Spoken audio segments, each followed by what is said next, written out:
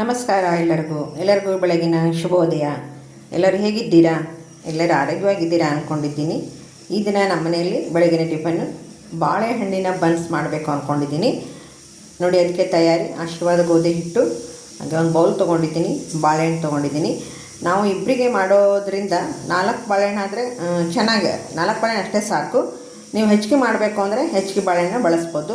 ಇದೇ ಬಾಳೆಹಣ್ಣು ಅಂತಲ್ಲ, ನಿಮ್ಗೆ ಯಾವ ಥರ ಬಾಳೆಹಣ್ಣು ಸಿಕ್ಕರೂ ಓಕೆ. ಪಚ್ಚ ಬಾಳೆಹಣ್ಣು ಸಿಗುತ್ತೆ, ಯಾಲಕ್ಕಿ ಬಾಳೆಹಣ್ಣು ಸಿಗುತ್ತೆ, ಇನ್ನೊಂದು ಯಾವುದೋ ಒಂದು ದಪ್ಪ ಇರುತ್ತೆ ನೋಡಿ, ಅದೊಂದು ಸಿಗುತ್ತೆ.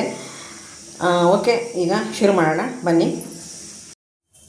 ನೋಡಿ, ಈಗ ಬಾಳೆಹಣ್ಣನ್ನು ಈ ರೀತಿ ಕಟ್ ಮಾಡ್ಕೊಂಡಿದ್ದೀನಿ. ಹಾಗೆ ಒಂದು ಚಿಕ್ಕ ಜಾರ್ ತೊಗೊಂಡಿದ್ದೀನಿ. ಇಷ್ಟು ಬಾಳೆಹಣ್ಣನ್ನು ಇಲ್ಲಿ ಜಾರ್ನಲ್ಲಿ ಹಾಕಿ ರುಬ್ಕೊಂಬಂದ್ಬಿಡ್ತೀನಿ ನೋಡಿ.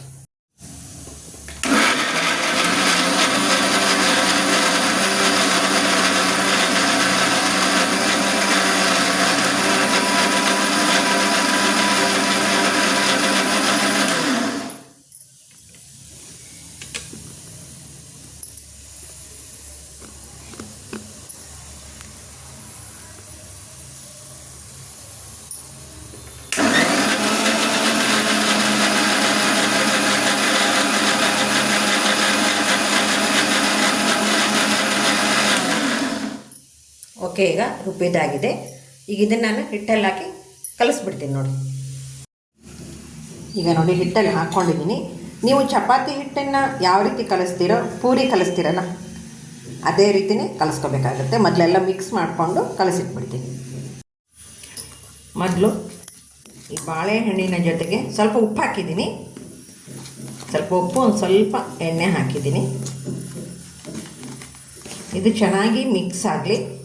ನೀರು ಹಾಕೋ ಅವಶ್ಯಕತೆ ಇರಲ್ಲ ನೋಡಿ. ಅಕಸ್ಮಾತ್ ನಿಮಗೆ ನೀರು ಬೇಕು ಅನಿಸಿದರೆ ಸ್ವಲ್ಪ ಚುಮ್ಸ್ಕೋಬೋದು ಅಷ್ಟೇ.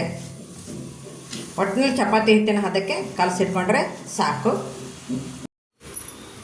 ನೋಡಿ, ಚೆನ್ನಾಗಿ ನೆಂದಿದೆ. ಈಗ ಒಂದು 5ರಿಂದ 10 ನಿಮಿಷ ಬಿಟ್ಟರೆ ಚೆನ್ನಾಗಿ ನೆನ್ಕೊಂಡ್ಬಿಡುತ್ತೆ ನೋಡಿ ಅಲ್ವಾ. ನಾನು ಎಣ್ಣೆ ಹಚ್ಚಿ ಒಂದು ಪ್ಲೇಟ್ ಮುಚ್ಚಿ ಇಟ್ಟಿದ್ದೆ.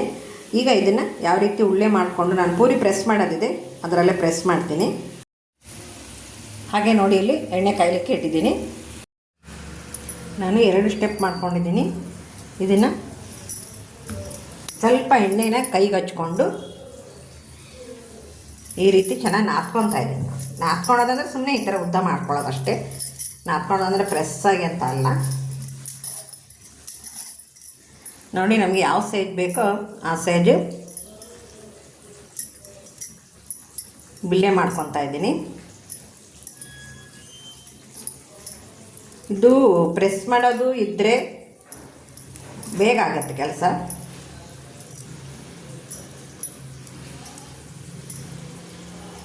ನೋಡಿ, ಈಗ ಇಷ್ಟ ಆಗಿದೆ.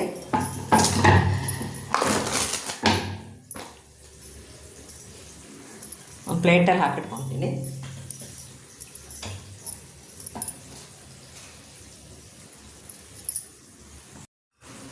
ಈಗ ನೋಡಿ, ಪ್ರೆಸ್ ಮಾಡೋದು ಇದೆಯಲ್ಲ, ಅದಕ್ಕೊಂದು ಸ್ವಲ್ಪ ಎಣ್ಣೆನ ಹಾಕ್ತಾಯಿದ್ದೀನಿ ನೋಡಿ. ಇದಕ್ಕೆ ಎಣ್ಣೆನ ಹಾಕಿ ಈ ರೀತಿ ಬ್ರಷಿಗೆ ಅಂತಾಯಿದೆ, ಇಲ್ಲ ಸ್ಪೂನಿಂದ ಆದರೂ ಅನ್ಬೋದು. ಬ್ರಷ್ ಇದ್ರೆ ಓಕೆ, ಇಲ್ಲಾಂದ್ರೆ ಸ್ಪೂನಿಂದನಾದರೂ ಅನ್ಬೋದು ನೀವು.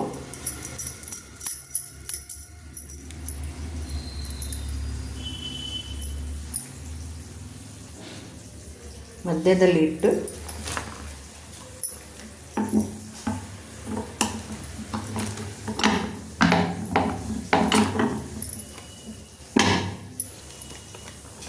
ಓಕೆ ನೋಡಿ, ಇಷ್ಟ ಆಯಿತು. ನಿಮಗೆ ಇನ್ನೂ ಸ್ವಲ್ಪ ಬೇಕಪ್ಪ ಅಂತ, ಇನ್ನೂ ಸ್ವಲ್ಪ ದೊಡ್ಡದು ಬೇಕಪ್ಪ ಅಂತಂದರೆ ಇದನ್ನ ಮತ್ತೊಂದು ಸಲ ನೀವು ಅಡ್ಡ ಹಾಕಿ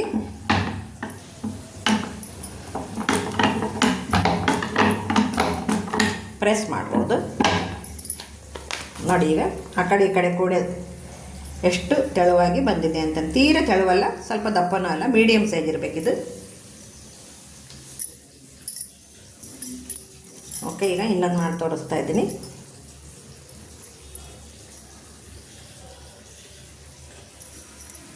ಚಿಕ್ಕದಾಗೇ ಇರಲಿ, ತೀರಾ ದೊಡ್ಡದೇನು ಬೇಡ.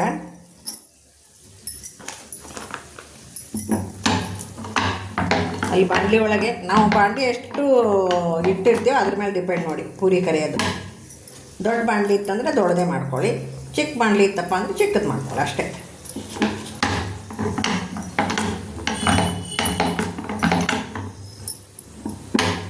ಈಗ ಎರಡನ್ನೂ ಪ್ರೆಸ್ ಮಾಡೋದು ತೋರಿಸಿದ್ದೀನಿ ನಿಮಗೆ ನೋಡಿ, ಈ ರೀತಿ ಇದೆ. ಈಗ ಕರೆದು ಬಿಡ್ತೀನಿ ನಾನು. ಓಕೆ ನೋಡಿ, ನಾನು ಪೂರಿ ಜೊತೆಗೆ ಬಾಂಬೆ ಸಾಗು ಮಾಡ್ತಾಯಿದ್ದೀನಿ. ಎಲ್ಲ ಪದಾರ್ಥನ ಹಾಕಿದ್ದೀನಿ, ಒಮ್ಮೆ ತೋರಿಸ್ತೀನಿ ನಿಮಗೆ ಬಾಂಬೆ ಸಾಗು ಯಾವ ರೀತಿ ಮಾಡೋದು ಅಂದ್ಕೊಂಡು ಹೇಳಿ. ಈಗ ಅದು ಕುದೀತಾ ಇದೆ, ಸ್ವಲ್ಪ ಅರ್ಜೆಂಟಿದೆ ಹೋಗೋರ್ದು, ಅದಕ್ಕೆ ನಾನು ಬಾಂಬೆ ಸಾಗು ಮಾಡಿ ತೋರಿಸಿಲ್ಲ. ಈ ಥರ ಒಂದು ಕಡಾಯಿಯಲ್ಲಿ ಎಣ್ಣೆ ಹಾಕಿ ಸಣ್ಣ ಉರಿಯಲ್ಲಿಯೇ ಕಾಯಲಿಕ್ಕೆ ಇಟ್ಟಿದ್ದೆ. ಯಾಕಂದರೆ ಪಕ್ಕದಲ್ಲಿ ನಾನು ಪುರಿನ ತಯಾರು ಮಾಡ್ಕೊತಾ ಇದ್ದೆ, ಹಾಗೆ ಅದು ಸಾಗು ಕುದೀತಾ ಇತ್ತು, ಅದನ್ನು ಕೈಯಾಡಿಸ್ಬೇಕಾಗಿತ್ತು. ಅದಕ್ಕೋಸ್ಕರ ನಾನು ಸಣ್ಣಕ್ಕಿಟ್ಟು ಕಾಯಲಿಕ್ಕೆ ಇಟ್ಟಿದ್ದೆ. ಈಗ ಆಲ್ರೆಡಿ ಕಾಯ್ದಿದೆ ಅನಿಸುತ್ತೆ, ಸ್ವಲ್ಪ ಹೊಗೆ ಬರ್ತಾ ಇದೆ ಅಲ್ವಾ, ಕಾಣಿಸ್ತಾ ಇರ್ಬೋದು ನಿಮಗೆ ವಿಡಿಯೋದಲ್ಲಿ. ಈ ಥರ ಕಾದಾದ್ಮೇಲೆ ಏನು ಮಾಡಬೇಕು ಅಂತಂದರೆ, ಇನ್ನೇನು ಎಲ್ಲ ರೆಡಿ ಆಯ್ತಲ್ಲ, ಪೂರಿನ ಕರ್ಕೊಂಡ್ಬಿಡೋದು. ಸಾಗುನು ಬಾಂಬೆ ಸಾಗುನೂ ರೆಡಿ ಆಯಿತು, ಹಾಗೆ ಪೂರಿ ಪ್ರೆಸ್ ಮಾಡ್ಕೊಂಡಿರೋದು ರೆಡಿ ಆಯಿತು. ಬಿಸಿ ಬಿಸಿ ಇದೆ ಪೂರಿ, ಚೆನ್ನಾಗಿರುತ್ತೆ ಅಂದ್ಕೊಂಡೇಳಿ ಸ್ವಲ್ಪ ಸ್ವಲ್ಪನೇ ನಾನು ಪ್ರೆಸ್ ಮಾಡ್ಕೊಂಡ್ಬಿಡ್ತೀನಿ. ಈ ಥರ ನೋಡಿ, ಮೇಲ್ಮೇಲೆ ಸ್ವಲ್ಪ ಎಣ್ಣೆ ಹಾಕಿದೆ ಅಂದರೆ ಏನಾಗುತ್ತೆ ಅಂದರೆ ಉಬ್ಬಿ ಬರುತ್ತದು, ಚೆನ್ನಾಗಿರುತ್ತೆ. ಉಬ್ಬಿದ ಪೂರಿ ತಿನ್ನೋಕ್ಕೂ ಒಂಥರ ಏನೋ ಖುಷಿ ಅನಿಸುತ್ತದು. ಮಕ್ಕಳಿಗೆ ಅಂತಕ್ಕೂ ಈ ಥರ ಉಬ್ಬಿದ ಪೂರಿ ಕೊಡಬೇಕು, ಎಷ್ಟು ಚೆನ್ನಾಗಿ ಖುಷಿ ಪಟ್ಟು ತಿನ್ಕೊತಾರೆ ಗೊತ್ತಾ ಅವರು. ಸ್ವಲ್ಪ ಕೆಂಪಾಯ್ತು, ಯಾಕಂದರೆ ಎಣ್ಣೆ ಫಸ್ಟ್ ಹಾಕಿದ್ದೀನಲ್ಲ, ಅದಕ್ಕೋಸ್ಕರ. ನೋಡಿ, ನಿಮ್ಮ ಮನೆಯಲ್ಲಿ ಬಾಳೆಹಣ್ಣು ಉಳಿತು ಅಂದರೆ ಇನ್ಮೇಲೆ ಬಿಸಾಕಕ್ಕೆ ಹೋಗಬೇಡಿ, ಯಾಕಂದರೆ ಅದರೆಲ್ಲ ಬೋಂಡನ ಮಾಡ್ಬೋದು, ಈ ಥರ ಬನ್ಸ್ತಾ ಮಾಡ್ಬೋದು. ಸ್ವಲ್ಪ ಕಪ್ಪಾದರೆ ಏನಂತೆ, ನಾವು ಹೆಣ್ಮಕ್ಳು ಬುದ್ಧಿ ಉಪಯೋಗಿಸಿ ಈ ಥರನ ಒಂದು ಬ್ರೇಕ್ಫಾಸ್ಟ್ ರೆಡಿ ಮಾಡ್ಬೋದು. ಚೆನ್ನಾಗಿರುತ್ತೆ, ಮಕ್ಕಳಿಗೂ ಖುಷಿ, ನಮಗೂ ಖುಷಿ, ಏನೋ ಒಂದು ಹೊಸ ರುಚಿಯಲ್ಲಿ ಮಾಡಿದ್ದೀವಿ ಅಂದ್ಕೊಂಡೇಳಿ. ನೋಡಿ, ಈಗ ಎರಡನೇ ಪುರಿನ ಹಾಕಿ ನಾನು ಎಣ್ಣೆಯಲ್ಲಿ ಕರಿತಾ ಇದ್ದೀನಿ. ಇದು ಮಂಗಳೂರು ಬನ್ ಸಹ ಅಂತ ಕರೀತಾರೆ ಇದಕ್ಕೆ. ಮಂಗಳೂರು ಸೈಡ್ ತುಂಬಾ ಮಾಡ್ತಾರೆ ಇದನ್ನು. ಮಂಗಳೂರು ಕಡೆಗೆ ನೀರು ದೋಸೆ, ಈ ಥರ ಬನ್ಸ್ಗಳು, ಹಲಸಿನ ಹಣ್ಣಿನ ಬನ್ಸು, ಹಲಸಿನ ಹಣ್ಣಿನ ಅಲ್ಲೂ ಸಹ ಈ ಥರ ಬನ್ಸ್ ಮಾಡಿ ನಾವು ಉಪಯೋಗಿಸ್ಬೋದು ಅದನ್ನು. ಹಲಸಿನ ಹಣ್ಣಿನ ದೋಸೆ, ಎಷ್ಟೊಂದು ವೆರೈಟೀಸ್ ಇರುತ್ತೆ ಗೊತ್ತಾ. ಏನು ನಾವು ಬುದ್ಧಿವಂತಿಕೆಯಿಂದ ಮಾಡೋ ಅಡುಗೆ ಏನಿರುತ್ತಲ್ಲ, ರುಚಿಯಾಗಿರುತ್ತೆ ನೋಡಿ.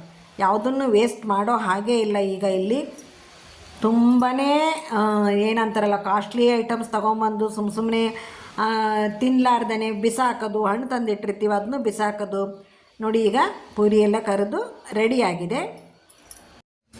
ಓಕೆ, ನಮ್ಗೆ ಎಷ್ಟು ಬೇಕು ಅಷ್ಟೇ ಸದ್ಯ ಕರೆದಿದ್ದೀನಿ, ಬೇಗ ವಿಡಿಯೋ ಮುಗಿಸೋಣ ಅಂದ್ಕೊಂಡು ಇಷ್ಟು ಕರೆದಿದ್ದೀನಿ. ಈಗ ಬನ್ನಿ ಸರ್ವ್ ಮಾಡಿಬಿಡೋಣ.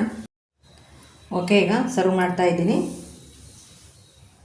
ಬನ್ನಿ ಎಲ್ಲರೂ ನಮ್ಮ ಮನೆ ಟಿಫನ್ಗೆ ಬಾಂಬೆ ಸಾಗು ಮತ್ತು ಬಾಳೆಹಣ್ಣಿನ ಪೂರಿ. ಇದಕ್ಕೆ ಸ್ವಲ್ಪ ಬಟಾಣಿ ಕಾಳು ಇದ್ರೇ ಚೆನ್ನಾಗೆ ಬಾಂಬೆ ಸಾಗು ಮಾಡುವಾಗ. ಜೊತೆಗೆ ಒಂದು ಕಪ್ ಟೀ ಅಲ್ವಾ, ತುಂಬ ಚೆನ್ನಾಗಿರುತ್ತೆ ಸ್ನೇಹಿತರೆ. ನೀವು ಒಂದು ಸಲ ಮಾಡಿ ತಿನ್ನಿ. ಹಾಗೆ ನನ್ನ ಚಾನಲ್ಗೆ ಮೊದಲನೇ ಬಾರಿಗೆ ನೋಡ್ತಾ ಇರೋರು ಸಬ್ಸ್ಕ್ರೈಬ್ ಆಗಿ, ಈ ವಿಡಿಯೋನ ಶೇರ್ ಮತ್ತು ಕಮೆಂಟ್ ಮಾಡೋದನ್ನು ಮಾತ್ರ ಮರಿಬೇಡಿ. ಹಾಗೆ ಇನ್ನೊಂದೇನಪ್ಪ ಅಂದರೆ, ಲಾಂಗ್ ವಿಡಿಯೋ ನೋಡುವಾಗ ದಯವಿಟ್ಟು ಹೈಪ್ ಮಾಡಿ ಅಂತ ಹೇಳ್ತಾ ಈ ವಿಡಿಯೋನ ಮುಗಿಸ್ತಾ ಇದ್ದೀನಿ. ಎಲ್ಲರಿಗೂ ನಮಸ್ಕಾರ, ಎಲ್ಲರಿಗೂ ಧನ್ಯವಾದಗಳು.